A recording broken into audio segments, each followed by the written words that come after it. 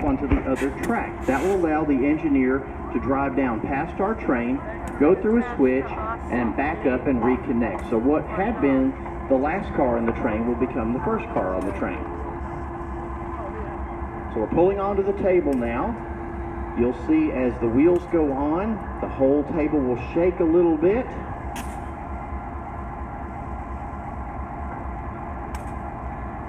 See, we pulled it down on that end and up on my end here.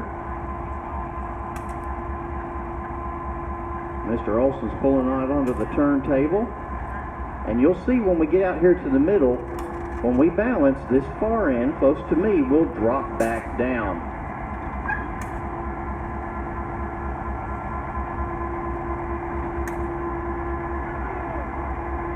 All right, all of the weight of the locomotive is on the table, and we're moving out towards the middle to the balancing point.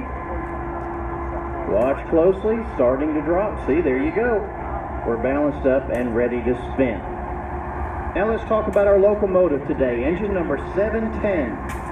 This is a diesel-electric locomotive built in 1950 by the Electromotive Division of General Motors. It's a GP7 model, and being a diesel-electric, a lot of people call this a diesel engine. Technically, that's not correct. It's a diesel-electric, not just a diesel.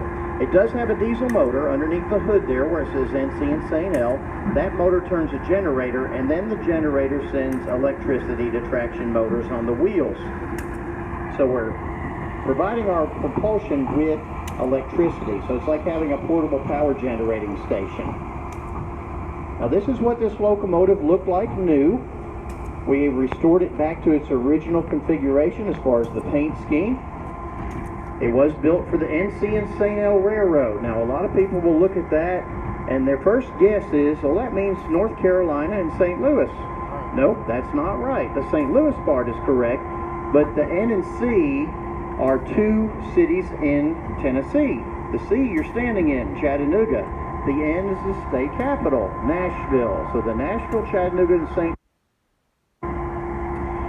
Now, this interesting thing about that is this railroad never made it to St. Louis. They wanted to, but they never made it. Now, this locomotive was later used by the L&N, the Louisville and Nashville, after they merged the NC and St. L underneath their ownership. The engine later went to Amtrak and was used in maintenance away and switching services. We acquired it a little over 20 years ago, and like I said, we're able to restore it back to its original paint scheme. So this is engine number 710.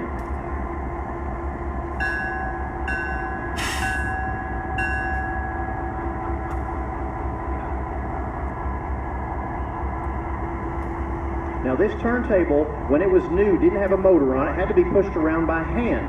An Armstrong turntable, we called it. It had leveraged bars on either end. It took 4 men to push an engine around. Now, that's not quite as hard as it sounds. The hardest part was getting it started. Once it was moving, a little extra effort would keep it moving on around. Now, that having been said, you might say we got a little bit lazy here at the Railroad Museum. We've added a 25 horsepower motor, and that's all we needed to turn 150 tons just now. So again, gives you a good idea of the balance involved here.